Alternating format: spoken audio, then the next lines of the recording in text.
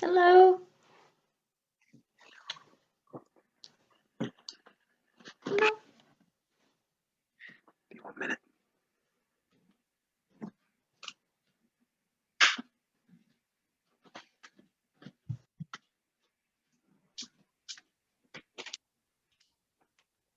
Have you got We've got a Jenny. a Jenny? Jennies are my favourite things to catch. Hi. And we have a Sarah.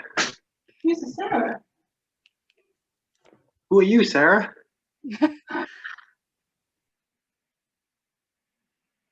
Oh, you're muted.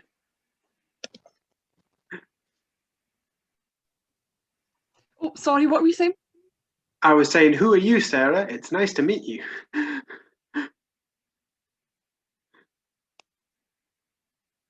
Oh, you're muted again. Hi, Michael. Hello. Which one was it? It's orange-haired Michael. I like that Michael. I like that Michael. How I are you figured doing? maybe if I had more orange, I'd be more like Carrot. And you know, he's a good guy. Sadly, I got the color combination wrong. It should have been green on top and orange underneath. But you know, first tries. I can always try again. I just thought I'd get on with some bodice ripping in the background. Ah. Does that mean Nick is a vampire? Because I'm pretty sure vampire stories are where the bodice ripping happens. Apparently. Who knows?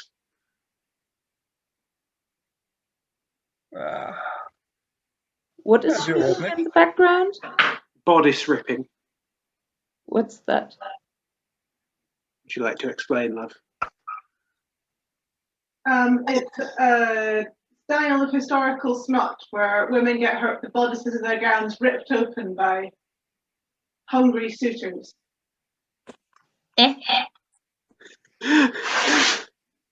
It's a similar. It's a genre of fiction, a little like Pulp Fiction, in the sense that it was a particular style of trashy romance novel that existed for a while.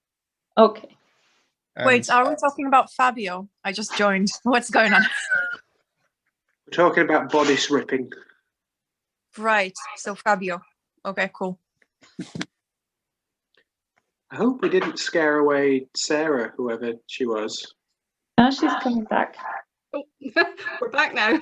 Oh, great. Finally. Yeah, so I keep seeing all these like story time things put up, but I've always just been wanting to join in and things every so often, and just Excellent. Welcome. Now Do you you are. know? Do you know Absolutely. anybody who's on Storytime, or how do you see the posts? So basically Fiona would have been added. Yeah, Fiona added me into all these the COVID dance stuff. Ah, But I okay. keep seeing it through promoted through there. So yeah, it's just nice to chat to everybody, I suppose. Yeah, you know some of us. I'm sure I've met you in Glasgow. You'd come and dance with us sometimes. Yeah. It feels like it's been months on end though, that's the thing, like without any blues, which is such a shame. But we'll get back to it, I suppose. Just got to stick in with it, I suppose. Hello, Sarah. Hello. Hey, welcome. How's it going? Right. Hey, Jen. Hello, Jen. People and faces. Hello. I just finished catching up, Jen, because we talked about maybe having done that, but didn't organise from the last book. Did you manage to? Yeah, I cut off on Saturday. Nice. Yep. Enjoyed it very much. It was so good. I had a wee tear. It was lovely. Oh. Yeah, I did think, as in all the interpersonal connections between them all was just really beautifully done. It was lovely. I'm really impressed with the book, actually. I think it's I know, darling. I think it's his first novel, and I'm really impressed with it for a debut. Yeah, absolutely. Did you see the twists or the people that did it coming, Malcolm? Definitely not. Well, it's certainly. I think it's a book that you maybe expect is going to have one major and sort of like a Sherlock Holmes of like, oh, who did it, and then you find out, which I hope it's not too much of a spoiler to say it doesn't quite happen like that. I really love rereading books like this to look for the clues.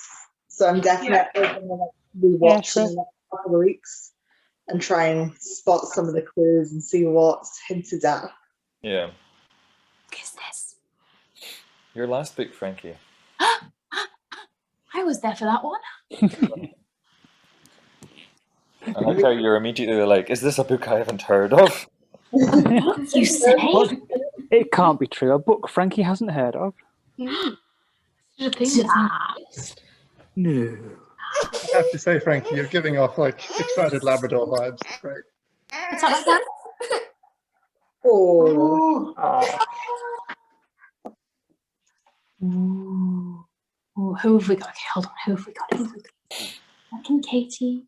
Hi, Michael. Nice to see you back, sweetie. Hi, hey, It's bizarre. Michael's got his microphone off, but we can still see the little one. Oh, is it the other little one? Oh, okay. Oh, I don't know. Hi, Ashra. Nice to see you back. Hi, Jen. Hello, Malcolm. Hi, Mike. That's what we got. Sarah, are you new? Yeah, so basically I keep seeing all the posts going up through COVID dance, and I was just like, oh, I'd love to listen. Yeah. Oh, I'm so excited. Welcome to Storytime. I like how Ariane's this sort of dark character hiding, but making enthusiastic shapes with shadows. Oh, that's fantastic, Ariane. That's so good to see you. Yeah, it's like you dance or something. Do you dance? Check out those moves.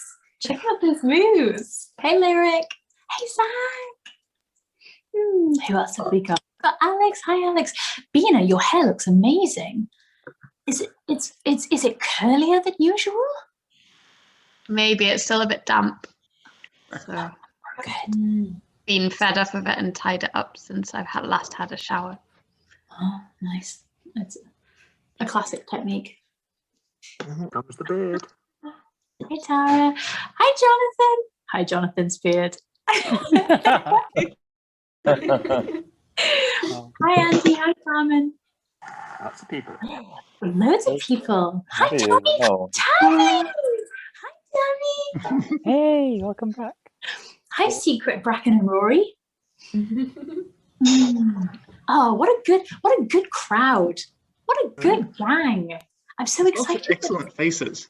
We've got a full screen. Yes. We've got a Tris. We have a Tris. Hi, Tris. What happened to our Gordon, by the way? Has anybody heard of him? What's up, my love? Has anybody heard of Gordon? I think he got lost in a myth. Well, I saw him yesterday on another call. So he's alive and kicking. He seems fine. That's good. Whoever sees Gordon next, can you tell him that we all love him? And we miss him. Definitely. There he is. Hi, Chris. Hello. Hello. Hey. Oh, this is all very exciting. Very exciting looking drink there. Or voluminous at least. Who's drinking a drink? Andy. Oh, Andy, what you got? It's so hard on my phone to just scroll and try to find who's talking. You have to go to the big screen. Yeah. Or two screens. Mm-hmm. All the screens. So many screens. There are so many people here. There's so many people. We've got a new person. We've got Sarah, who is a brand new story timer. I'm very, very excited. We need a new person song. We do. I've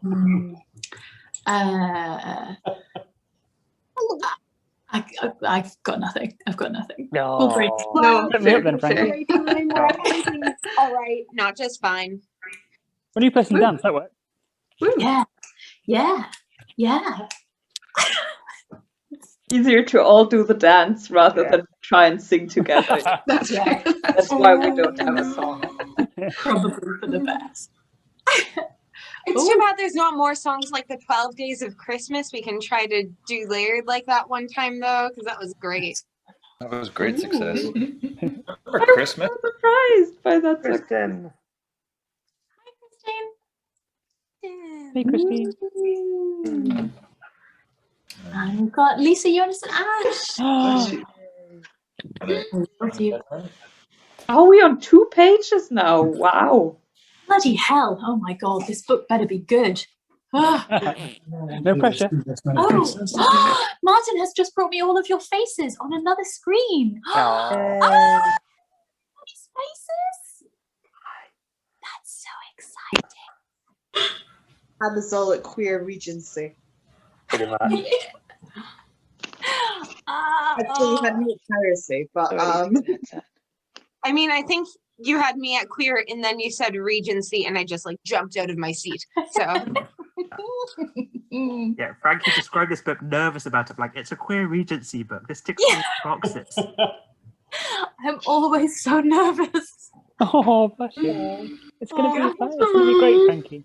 Frankie, has anyone told you lately that everything's going to be okay? Frankie. Frankie. It's story time.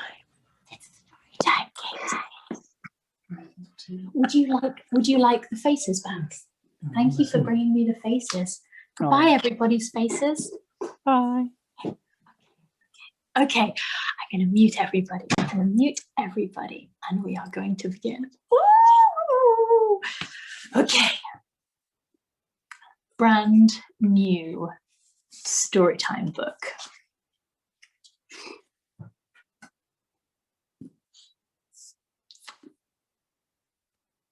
Are you sitting comfortably? Then I'll begin. The Gentleman's Guide to Vice and Virtue by Mackenzie Lee. Part 1. Cheshire, England.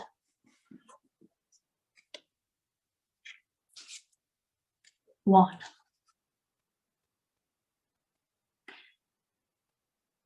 On the morning we are about to leave for our grand tour of the continent, I wake in bed beside Percy. For a disorienting moment, it's unclear whether we've slept together or simply slept together. Percy's still got all his clothes on from the night before, albeit mostly in neither the state nor the location they were in when originally donned, and while the bed covers are a bit roughed up, there's no sign of any strumming. So, although I've got nothing on but my waistcoat, by some sorcery now buttoned back to front, and one shoe, it seems safe to assume we both kept our bits to ourselves. Which is a strange sort of relief, because I'd like to be sober the first time we're together. If there ever is a first time. Which it's starting to seem like there won't be. Beside me, Percy rolls over, narrowly avoiding thwacking me across the nose when he tosses his arm over his head. His face settles into the crook of my elbow as he tugs far more than his share of the bedclothes to his side without waking. His hair stinks of cigars and his breath is rancid, though judging by the taste rolling around the back of my throat, a virulent tincture of baptized gin and a stranger's perfume, mine's worse. From the other side of the room, there's the snap of drapes being pulled back, and sunlight assaults me. I throw my hands over my face. Percy flails awake with a caw like a raven's. He tries to roll over, finds me in his path, keeps rolling anyway, and ends up on top of me. My bladder protests soundly to this. We must have drunk an extraordinary amount last night if it's hanging this heavily over me. Here I was starting to feel rather smug about my ability to get foxed out of my mind most nights and then be a functioning human by the next afternoon, provided that the afternoon in question is a late one. Which is when I realise why I am both utterly wrecked and still a little drunk. It isn't the afternoon when I'm accustomed to rising. It's quite early in the morning because Percy and I are leaving for the continent today. Good morning, gentlemen, Sinclair says from the other side of the room. I can only make out his silhouette against the window. He's still torturing us with a goddamn sunlight. My lord, he continues with a brow inclined in my direction, your mother sent me to wake you.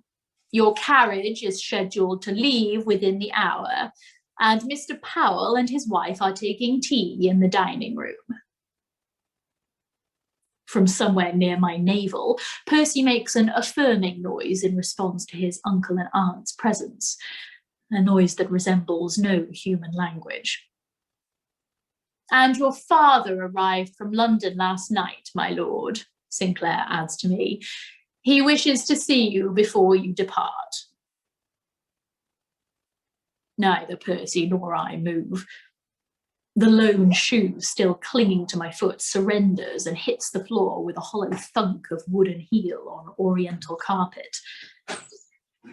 Should I give you both a moment to recover your senses? Sinclair asks. Yes, Percy and I say in unison. Sinclair leaves. I hear the door latch behind him. Outside the window, I can hear carriage wheels crackling against the gravel drive and the calls of the grooms as they yoke the horses. Then Percy lets out a grisly moan, and I start to laugh for no reason. He takes a swipe at me and misses. What? You sound like a bear. Well, you smell like a barroom floor. He slides head first off the bed, gets tangled in the sheets, and ends up doing a sort of bent waist headstand with his cheek against the carpeting. His foot rams me in the stomach, a little too low for comfort, and my laugh turns into a grunt. Steady on there, darling. The urge to relieve myself is too strong to ignore any longer, and I drag myself up with one hand on the hangings. A few of the stays pop. Bending down to find the chamber pot under the bed seems likely to result in my demise, or at least a premature emptying of my bladder, so I throw open the French doors and piss into the hedges instead.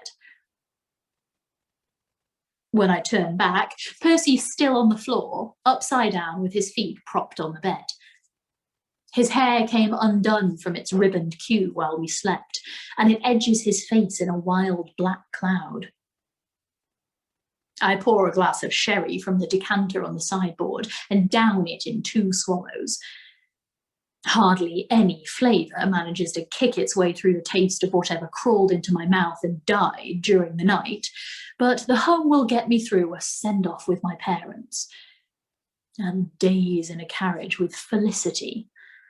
Lord, give me strength. How did we get home last night? Percy asks. Where were we last night?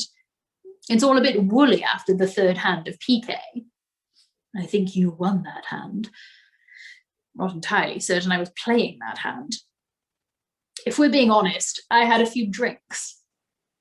And if we're being truly honest, it wasn't just a few. I wasn't that drunk, was I? Monty, you tried to take your stockings off over your shoes. I scoop a handful of water from the basin Sinclair left, toss it across my face, then slap myself a few times, a feeble attempt to rally for the day. There's a flump behind me as Percy rolls the rest of the way onto the rug. I wrangle my waistcoat off over my head and drop it onto the floor. From his back, Percy points at my stomach. You've got something peculiar down there. What? I look down. There's a smear of bright red rouge below my navel. Look at that. How do you suppose that got there? Percy asks with a smirk as I spit on my hand and scrub at it. A gentleman doesn't tell. Was it a gentleman? Swear to God, Percy, if I remembered, I'd tell you.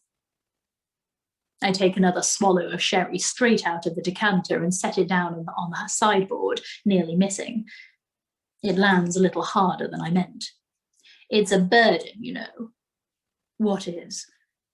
Being this good-looking. Not a soul can keep their hands off me. He laughs, close-mouthed. Poor Monty, such a cross. Cross?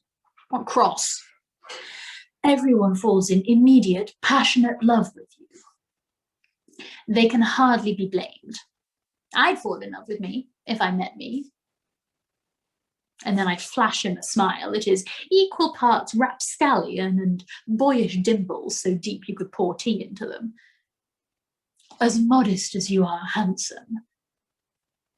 He arches his back, an exaggerated stretch with his head pressed into the rug and fingers woven together above him. Percy's showy about so few things, but he's a damned opera in the mornings. Are you ready for today? I suppose. I haven't much been involved in the planning. My father's done it all. And if everything wasn't prepared, he wouldn't be sending us off.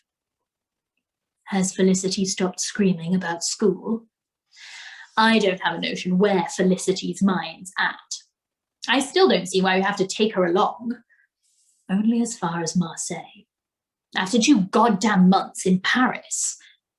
You'll survive 1 more summer with your sister.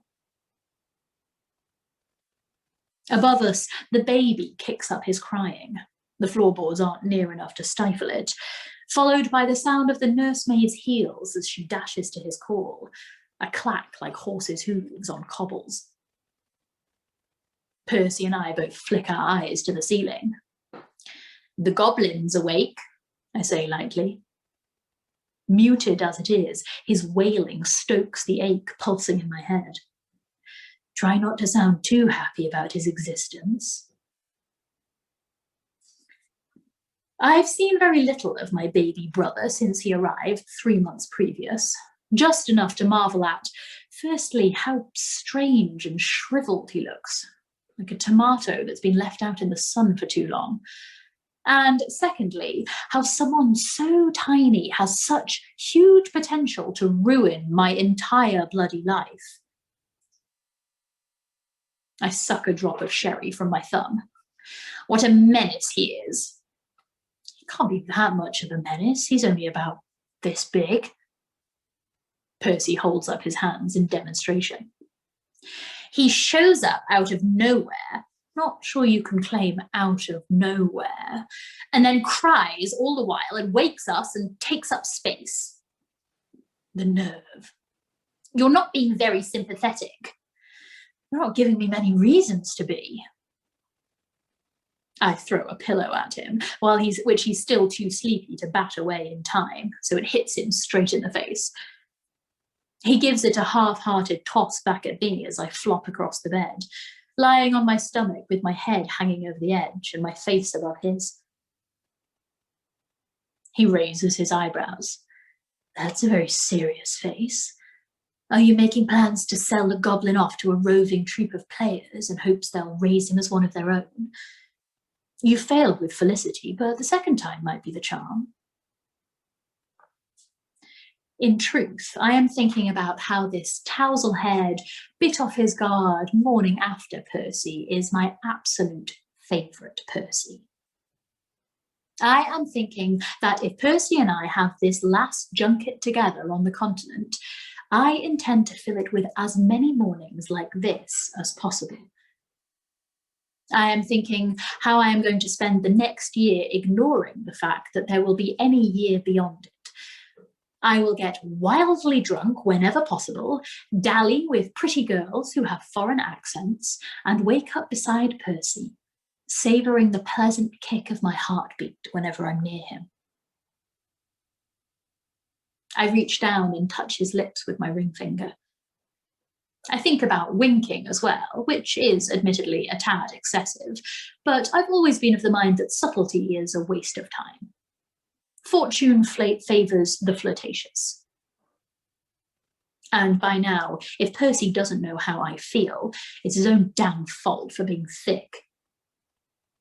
I am thinking that today we are leaving on our grand tour, I reply, and I'm not going to waste any of it.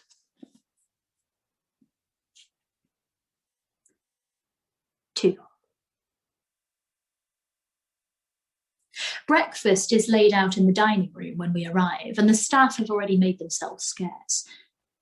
The French doors are flung wide, so the hazy morning sunshine flutters in across the veranda, curtains billowing inward when the wind catches them. The gold inlay along the scrollwork glows dewy and warm in the light. Mother looks like she's already been up for hours, in a blue Jesuit with her lovely dark hair swept back in a neat chignon.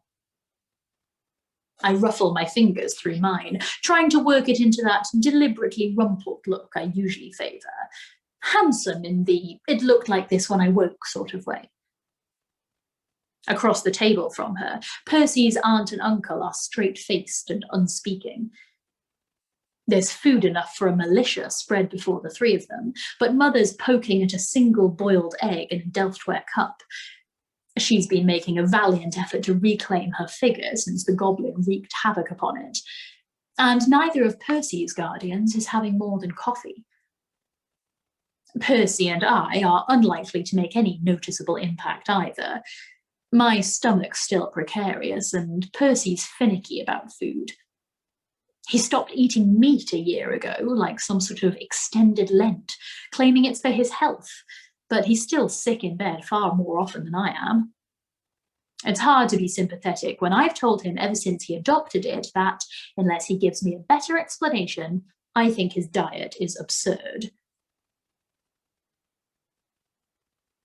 Percy's aunt reaches out when we enter, and he takes her hand.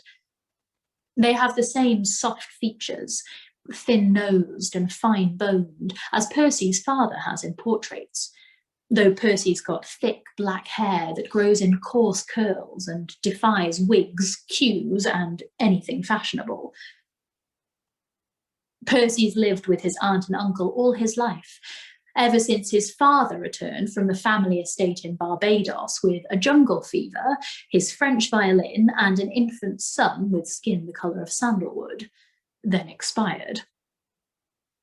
Lucky for Percy, his aunt and uncle took him in. Lucky for me as well, or else we might never have met. And then what would have been the point of my life? My mother looks up as we enter and smooths the wrinkles around the corners of her eyes like they're creases in a tablecloth. And the gentlemen arise. Good morning, Mother. Percy gives her a little bow before he sits, like he's a proper guest. It's a ridiculous pretense from a lad I know far better than either of my actual siblings, and also like a fair amount more. The actual sibling present doesn't acknowledge our arrival. She has one of her amatory novels propped against a crystal jam pot, a serving fork wedged between the pages to hold it open.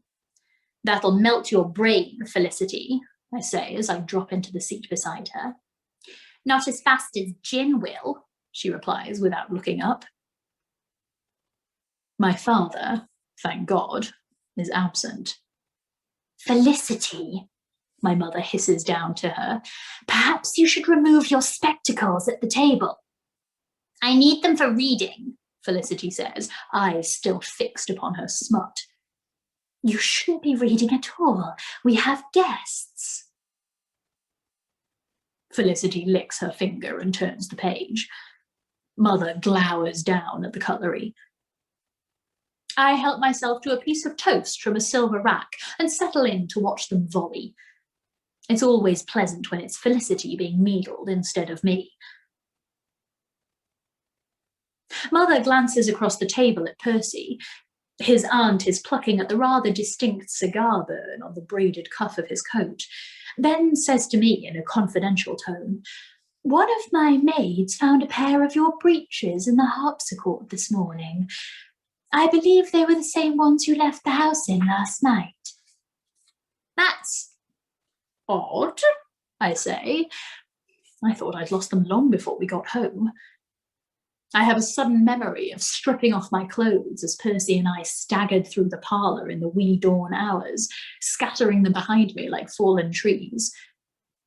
Didn't happen to find a shoe as well, did she? Did you want them packed? I'm sure I've plenty. I wish you had at least looked through what was sent. What for? I can send for anything I've left behind, and we'll be getting new duds in Paris. It makes me anxious to think of sending your fine things to some unknown French flat with a strange staff. Father arranged the flat and the staff. Take it up with him if you're skittish. I'm skittish about you two boys on your own on the continent for a year.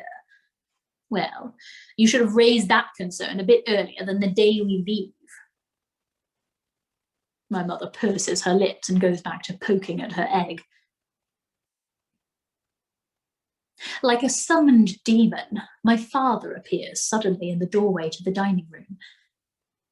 My pulse rocks, and I tuck into my toast like food might disguise me as his gaze roams the table. His golden hair is slicked back into a tidy queue, the way mine might have a prayer of looking if it didn't spend most of its life getting raked through by the fingers of interested parties. I can tell he's come for me, but he casts his attention first upon my mother, just long enough to kiss her on the top of the head before it snags upon my sister.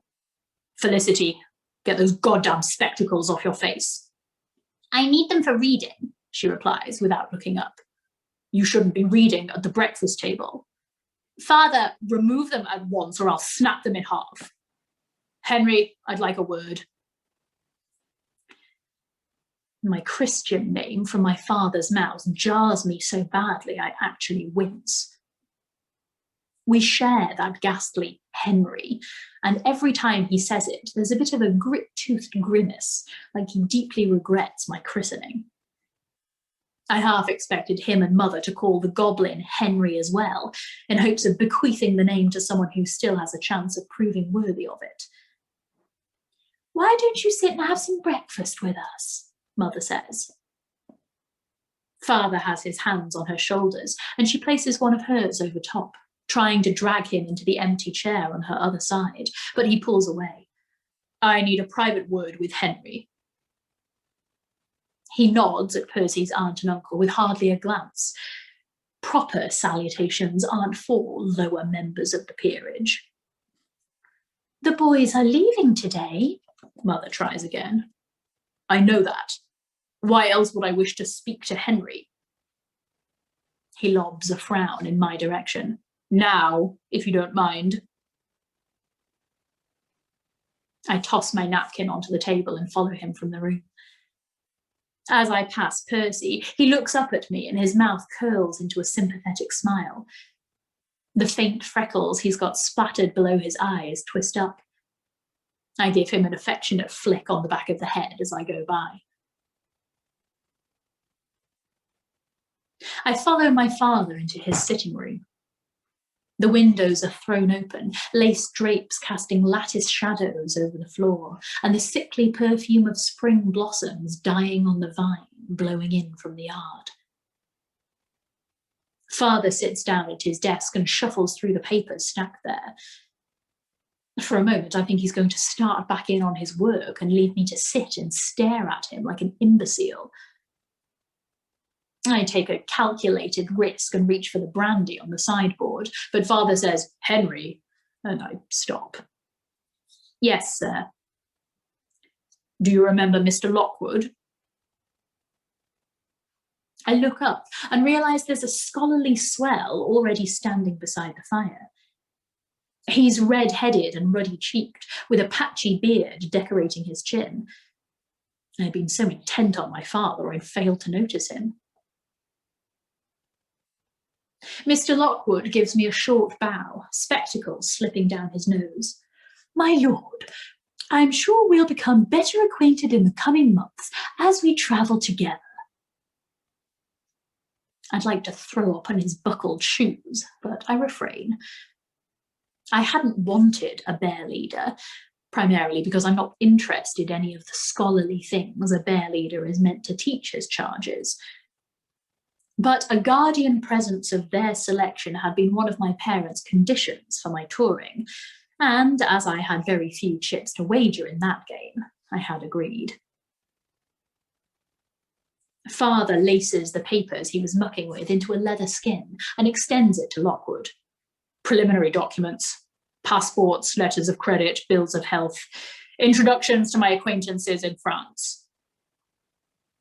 Lockwood tucks the papers into his coat, and Father twists around to face me, one elbow resting on his desk. I slide my hands between my legs on the sofa. Sit up straight, he snaps. You're small enough without slumping. With more effort than it should take, I pull back my shoulders and look him in the eye. He frowns, and I nearly sink straight back down. What do you think I wish to speak about, Henry? He says. I don't know, sir. Well, take a guess. I look down, which I know is a mistake, but I can't help it. Look at me when I'm speaking to you. I raise my eyes, staring at a spot over his head so I don't have to look straight at him. Did you want to discuss my tour? He rolls his eyes, a short flick skyward that's just long enough to make me feel like a bleeding simpleton, and my temper flares. Why ask such an obvious question if he was just going to mock me when I answered? But I keep silent. A lecture is gathering in the air like a thunderstorm. I want to be certain you're clear on the conditions of this tour before you depart, he says. I still believe your mother and I are foolish to indulge you a single inch further than we already have since your expulsion from Eton. But against my better judgment, I am giving you this 1 year to get a hold of yourself. Do you understand me? Yes, sir. Mr. Lockwood and I have discussed what we think is the best course of action for your time abroad. Course of action, I repeat, looking between them.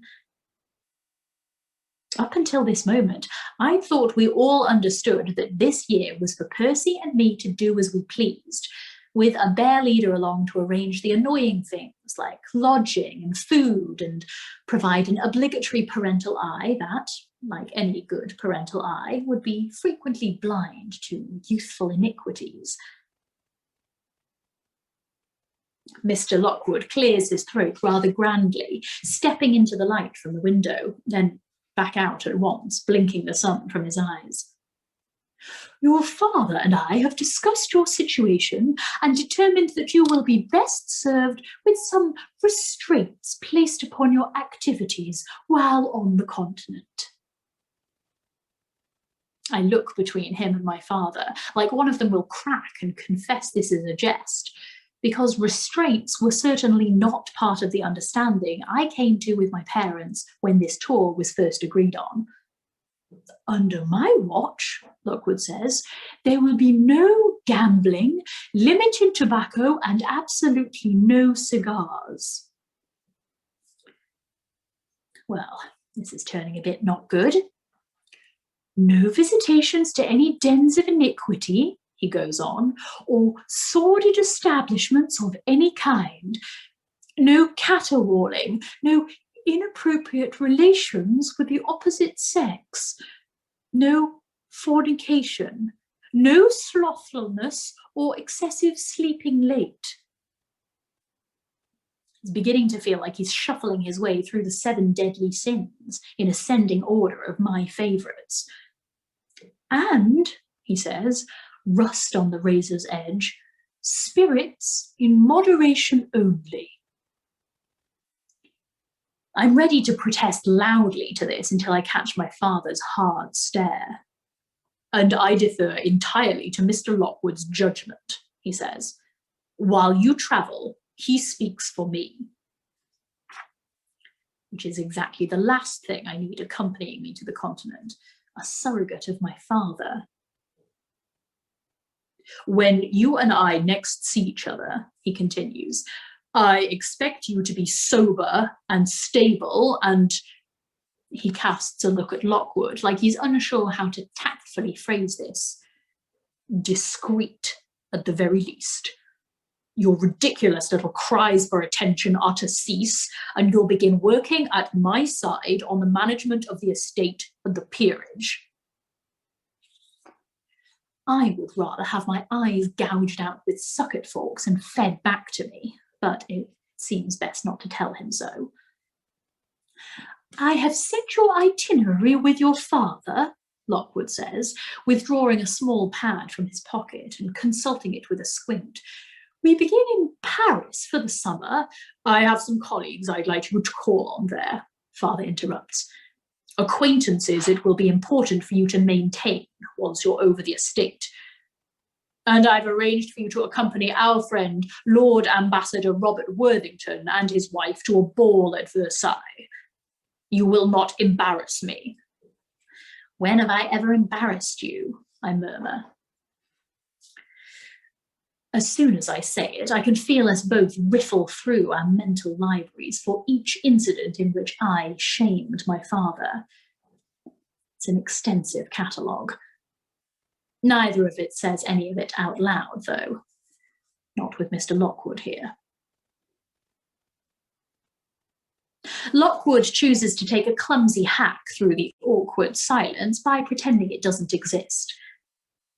From Paris, we continue on to Marseille, where we will deliver your sister, Miss Montague, for school. I have accommodation arranged as far as there. We will winter in Italy.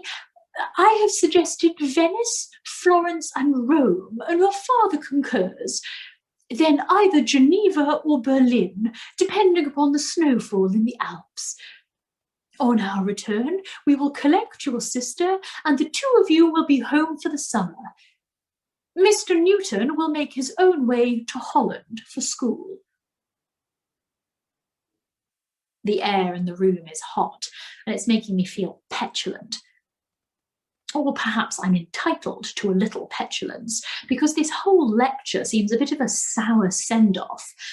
And I'm still rather panicked over the fact that at the end of all this, Percy's going to bloody law school in bloody Holland, and I'm going to be properly apart from him for the first time in my life. But then Father gives me a frostbitten look, and I drop my gaze. Fine. Excuse me? Yes, sir. Father stares hard at me, his hands folded before him. For a moment, none of us speaks. Outside on the drive, one of the footmen scolds a groom to step lively. A mare nickers. Mr. Lockwood, Father says, may I have a moment alone with my son? As one, my muscles all clench in anticipation. On his way to the door, Mr. Lockwood pauses at my side and gives me a short clap on the shoulder that's so firm it makes me start.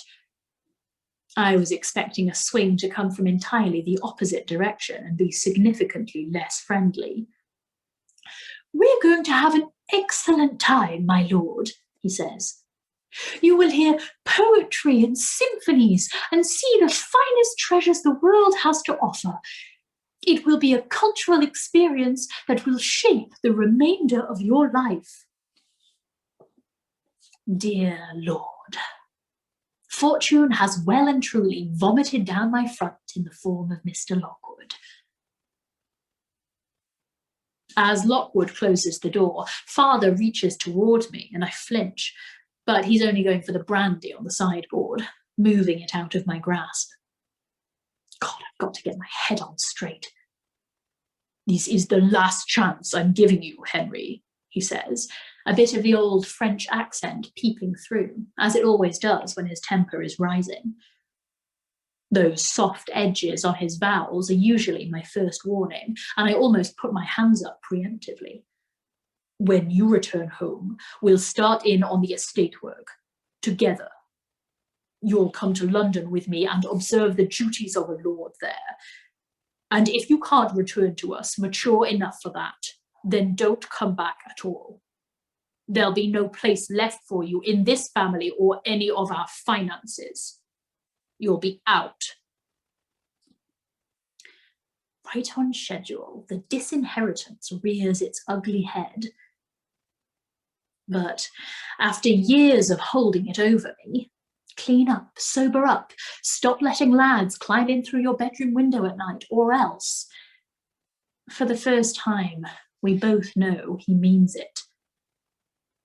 Because until a few months ago, if it wasn't me who got the estate, he'd have had no one to pass it to that would keep it in the family. Upstairs, the goblin begins to wail. Indicate that you understand me, Henry, father snaps, and I force myself to meet his eyes again. Yes, sir. I understand you. He lets loose a long sigh, paired with the thin-lipped disappointment of a man who's just seen the unrecognizable results of a commissioned portrait of himself. I hope you one day have a son that's as much of a leech as you are. Now, you've got a coach waiting. I fly to my feet, ready to be rid of this sweltering room. But before I get far, he calls one final thing. I turn back with the hope we might speak from a distance, but he crooks a finger until I consent to return to his side. He casts a glance at the door, though Lockwood is long gone, then says to me in a low voice, if I catch even a whiff of you mucking around with boys while you're away or once you return, you'll be cut off. Permanently. No further conversation about it. And that is our farewell in its entirety. Out of doors, the sun still feels like a person on the front. The air is steamy, a ferric storm beginning to conspire at the horizon. The hedges along our drive sparkle where the dew sits, leaves turned to the light and shivering when the wind runs through them. The gravel crunches as the horses paw at it, harnessed and anxious to depart. Percy is already at the carriage, his back to the house, which allows me an unobserved moment of staring at his arse. Not that it's a particularly noteworthy arse, but it's Percy's, which is what makes it very much worth the noting. He's directing one of the porters loading the last of our luggage that wasn't sent ahead. I'll keep it with me, he's saying, his arms extended. There's room to stow it, sir. I know. I'd rather have it with me is all. The porter surrenders and hands Percy his fiddle case, the only relic left him by his father, which he cuddles like he was concerned they'd never seen each other again. Have your aunt and uncle gone? I call as I cross the drive toward him, and he looks up from stroking his fiddle case. Yes, we had a chaste farewell. What did your father want? Oh, the usual. Told me not to break too many hearts. I rub my temples. A headache is building to a boil behind my eyes. Christ, it's bright. Are we off soon? There's your mother and Felicity. Percy nods in the direction of the front steps, where the pair of them are silhouetted against the white stone like they're fashioned from cut paper. You best say goodbye. Kiss for good luck? I lean in, but Percy puts the fiddle case between us with a laugh. Good try, Monty. Hard not to let that pinch. Felicity is looking sour and unattractive as usual, with her face scrunched up against the sun. She's got the bridge specs tucked down the front of her Brunswick. Mother might not have noticed, but I can see the imprint of the chain through the fabric. Barely 5 and 10, and she already looks like a spinster. Please, Mother is saying to her, though Felicity's staring into the sun like she's more interested in going blind than in taking maternal counsel. I don't want letters from the school about you. The finishing school has been a long time coming, but Felicity is still so scowly about it, you'd think she hadn't spent all her born days proving to my parents that if one of their children needed civilizing, it was she.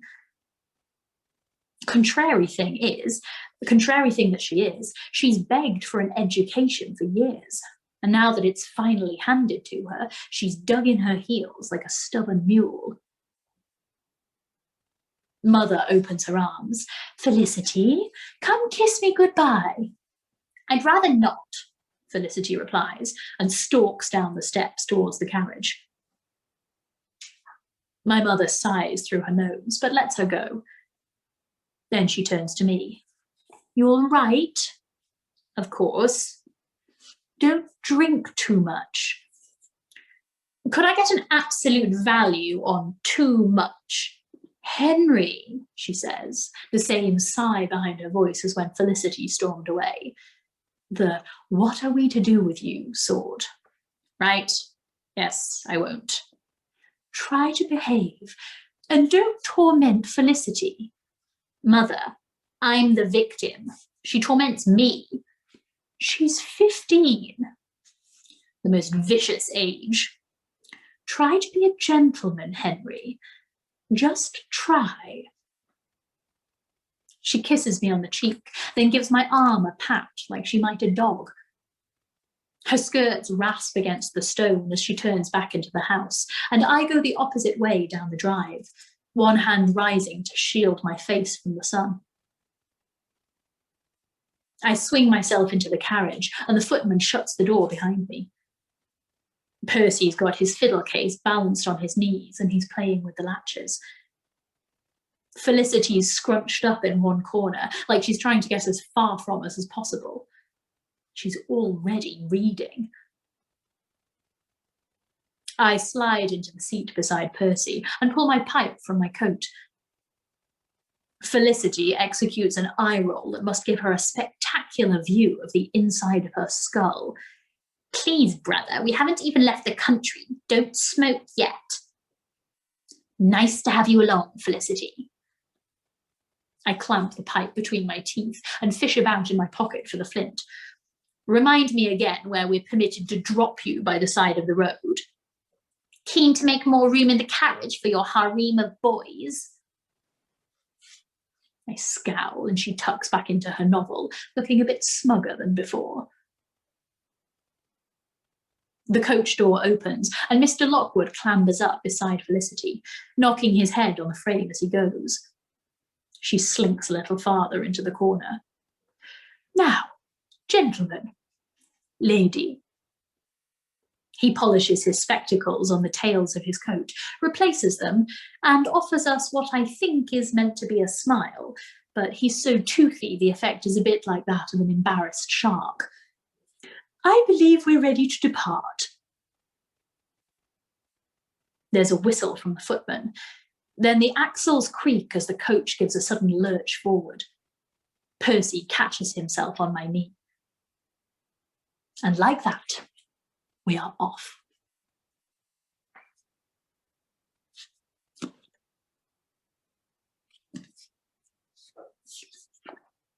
Three.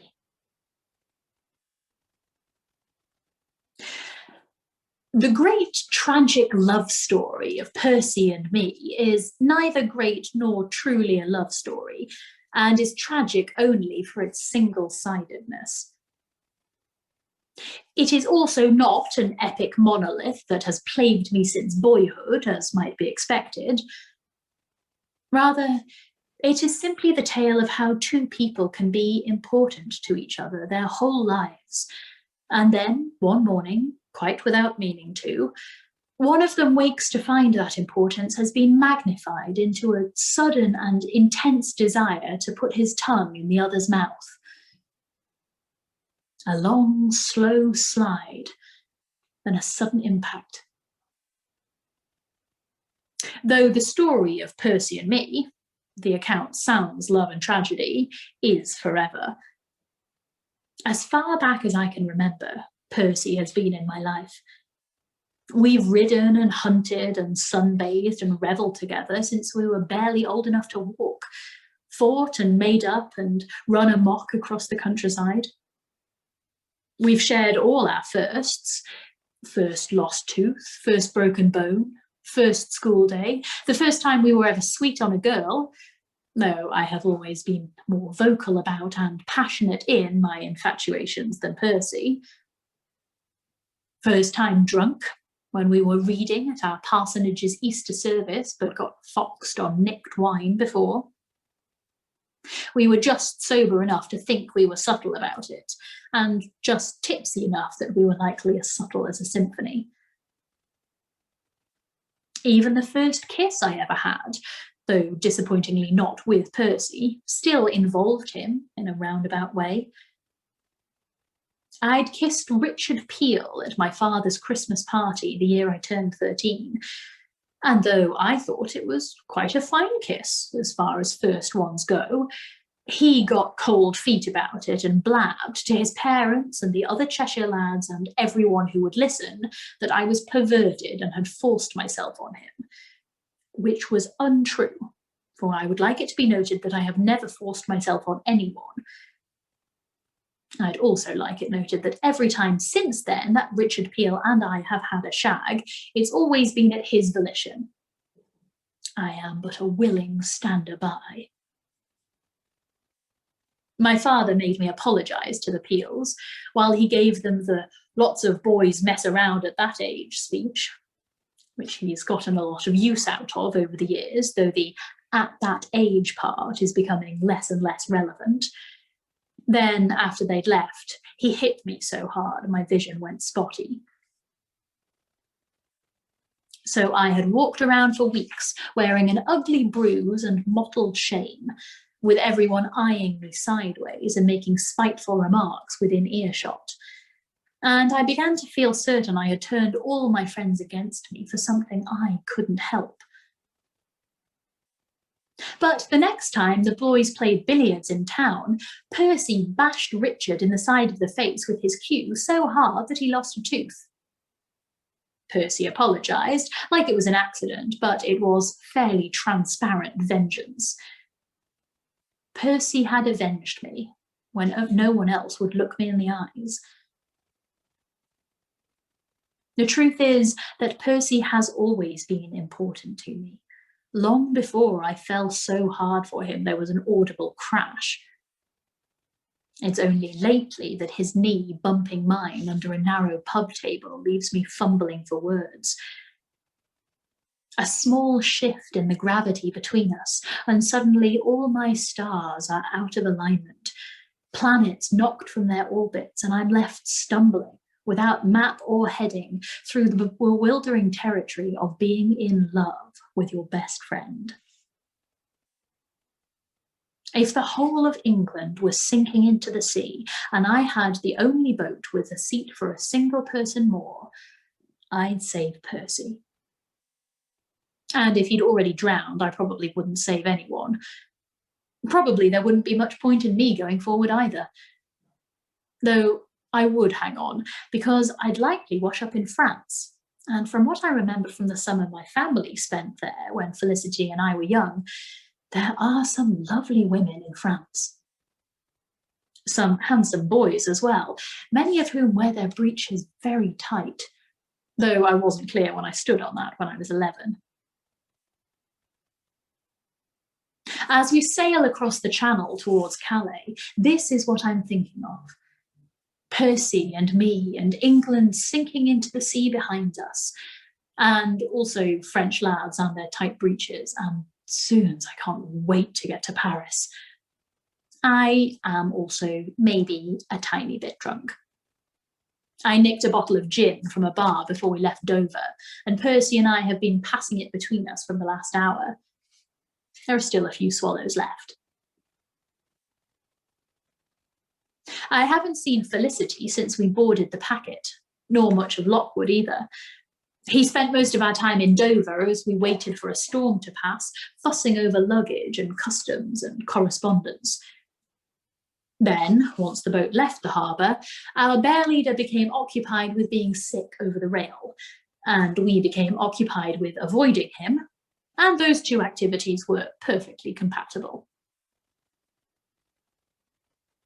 Beyond the prow of the packet, the water and the sky are the same ghostly grey. But through the fog, I can make out the first signs of the port, winking at us. A link of golden lights gilding the invisible coastline like a chain. The waves are rough, and side by side, with our elbows upon the rail, Percy and I keep bumping shoulders. When we strike a rough patch and he nearly loses his footing, I seize the chance to grab him by the hand and haul him upright again. I have become a veritable scholar in seemingly innocent ploys to get his skin against mine. It's the first time we've been properly alone together since Cheshire, and I've spent the whole while filling him in on the tyrannical restraints placed upon us by Lockwood and my father. Percy listens with his fists stacked atop each other on the railing and his chin resting upon them. When I'm finished, he wordlessly hands me the gin bottle. I snatch it with a plan to drain it, only to find he's beat me to it. Bastard. He laughs, and I pitch the bottle into the grey water, where it bobs for a moment before the bow of the packet sucks it under. How is it that we've landed the only bear leader for hire who's entirely opposed to the true purpose of the tour? Which is, remind me, strong spirits and loose women. Sounds instead like it's going to be weak wine with dinner and handling yourself in your bedroom after. No shame in that. If the good Lord didn't want men to play with themselves, we'd have hooks for hands. Still, I'd rather not be keeping myself company from now until next September. God, this is going to be a disaster. I look to him, hoping for some sort of despair that is at least on a comparable level with mine. I thought we were all operating under the same understanding that this year was to be for Percy and me to do as we pleased before he goes to school, and I load stones in my pockets and throw myself into the ocean. But instead, he's looking aggravatingly pleased. Hold on. Are you keen on all this cultural shite? I'm not keen. And then he gives me a smile that I think is supposed to be apologetic, but instead looks very, very keen. No, you have to be on my side about this. Lockwood is tyranny and oppression and all that. Don't be seduced away by his promises of poetry and symphonies and... Dear Lord, am I to be subjected to music for the entirety of our tour? Absolutely you will. And the only thing you will hate more than listening to Lockwood's selected music will be listening to me talk about said music. Sometimes I'll talk to Lockwood about music, and you will hate it. You're going to have to listen to me and Lockwood using words like atonal and chromatic scale and cadenza. Et tu? Oh, look at you using your Latin vocabulary. Eton wasn't a waste in its entirety. That was Latin and history, so take that. I'm highly educated. I turn my face to his, or more accurately, up to his. Percy is taller than most, and I'm unencumbered with excessive stature. So though I swear there was a time we were the same height, it's ancient history. He's got the aerial advantage over me these days. Most men do, and some ladies as well. Felicity is nearly as tall as I am, which is mortifying. Percy tucks a piece of my collar that's been blown asunder back into place, his fingers brushing the bare skin along my neck for a second. What did you think this year was going to be? Gambling halls and cat houses the whole while? You will grow weary of that, you know. Fornication with strangers in piss-rank alleyways loses its bittersweet charm with time. I suppose I thought it was going to be you and me.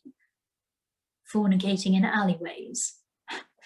No, you dunce, but the two of us, doing what we wanted. perfecting my phrasing without betraying my heart is starting to feel like a complicated dance. Together, still will be. Yes, but I mean, the last year before you go to law school and I start working with my father and we won't be seeing each other so much. Yes, law school. Percy turns his face to the coastline again, a thin-fingered breeze rising off the water and pulling a few strands free from the ribbon tying off his queue. He's been talking for months about cutting his hair short so it's easier to get under a wig, but I've made it clear I will murder him if he does, for I quite adore that unruly mop of his. I press my face into his shoulder to make him pay attention to me again and give a theatrical moan. But bloody Lockwood and his bloody cultural outings have wrecked that. Percy twists a lock of my hair between his fingers, a soft smile teasing his lips. My heart kicks again, so hard I have to catch my breath. It's unfair that I can nearly always tell when someone's making eyes at me, except when it comes to Percy, as we've always been rather hands-on with each other. Impossible now, after so long, to ask him not to be without admitting why. Can't seal up a conversation with a casual, "Oh, by the way, could you perhaps not touch me the way you always have, because each time it puts fresh splinters in my heart." Particularly when what I'd really like to say is, "Oh, by the way, could you please keep touching me, and perhaps do it all the time? And while we're at it, would you like to take off all your clothes and climb into bed?" They're both weighted alike. He gives a tug on my hair. "I have an idea of how we will survive the year. We shall pretend that we are pirates. Oh, I love this. Storming some kind of city fortress. Sacking it for gold. Like we used to. Remind me of your pirate alias? Captain Two-Tooth the Terrible. Threatening. I was 6. I only had about 2 teeth at the time. And it's Captain Two-Tooth the Terrible. Pardon me, Captain. So insubordinate. I should have you locked in the brig. As the packet skips forward with its nose to France, we talk for a while, and then we don't, and then we do again. And I am reminded of how exquisitely easy friendship with Percy is. Equal parts comfortable silence and never lacking things to say to each other. Or rather, it was easy until I ruined it by losing my bleeding mind every time he does that thing where he tips his head to the side when he smiles. We're still there, holding court at the prow, when the sailors begin to scamper about the deck, and high above us the bell peals, a long, sombre note in continuum. Passengers emerge from below and cluster at the rails, moths drawn to the fool's gold shine of the approaching coastline. Percy rests his chin on top of my head, his hands on my shoulders as we too turn our faces to the shore. "Did you know?" he says. "Oh, are we playing the did you know game? Did you know this year is not going to be a disaster?" I don't believe it.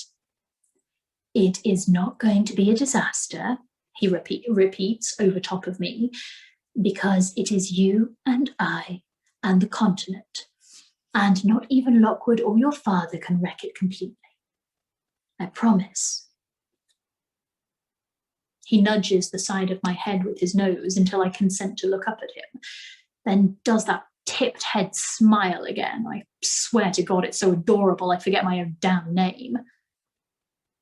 "France on the horizon, Captain," I say. "Steel thyself, mate," he replies.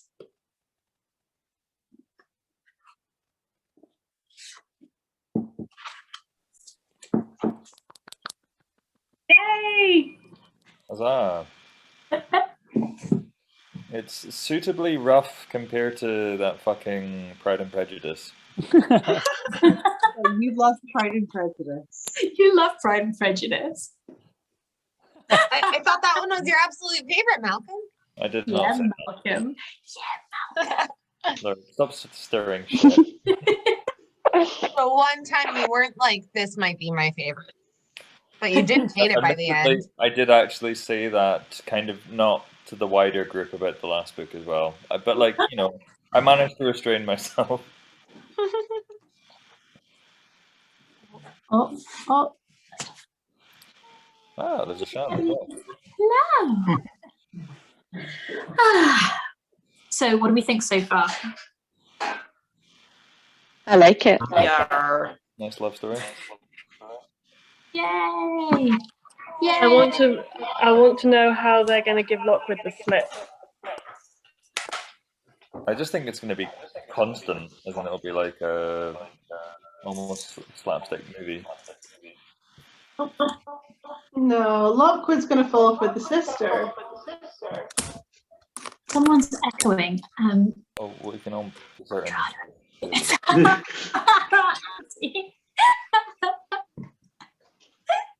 Sorted. I anticipated it.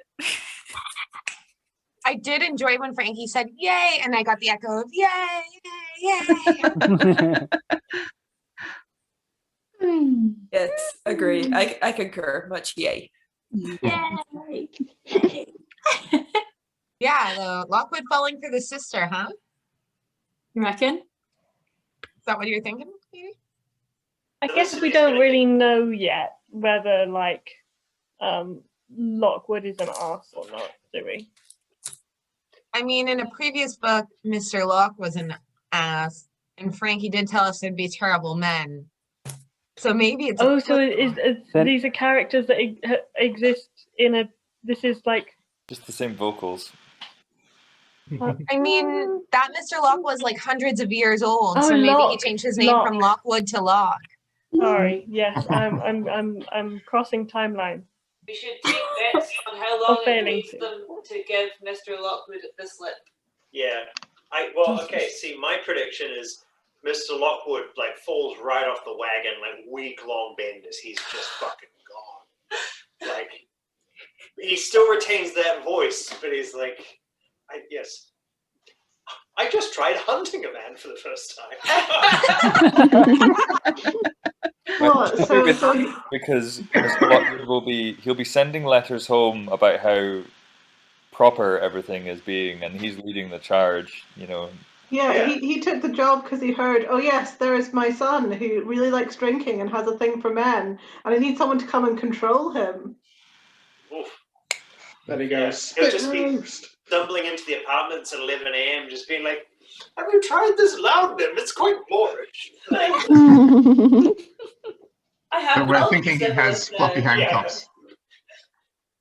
This is far more exciting than my assumption that he would get some exotic disease, and then I was like, well, what? I'm not sure that there are that many exotic diseases. There was malaria in Italy then.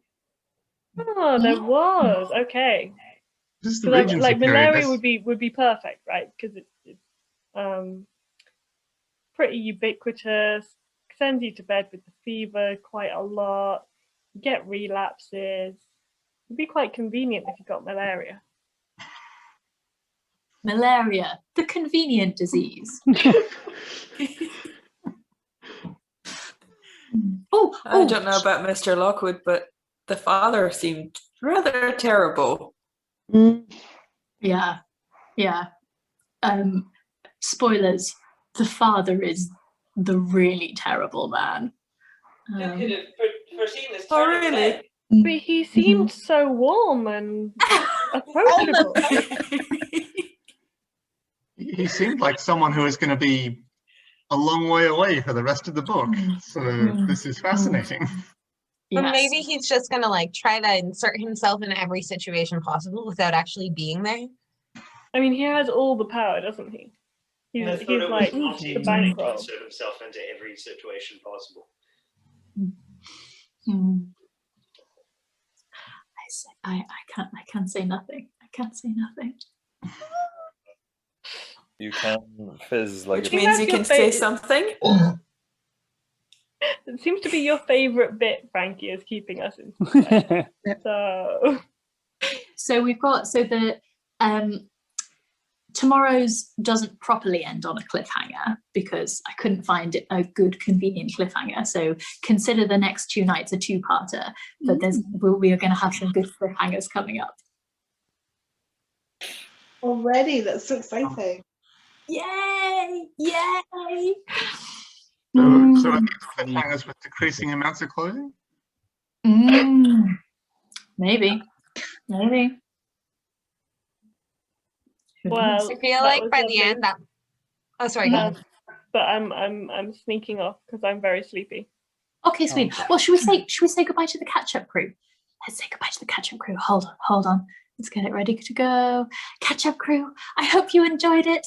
Hello and goodbye. We love you. Bye, catch-up crew. Catch-up crew.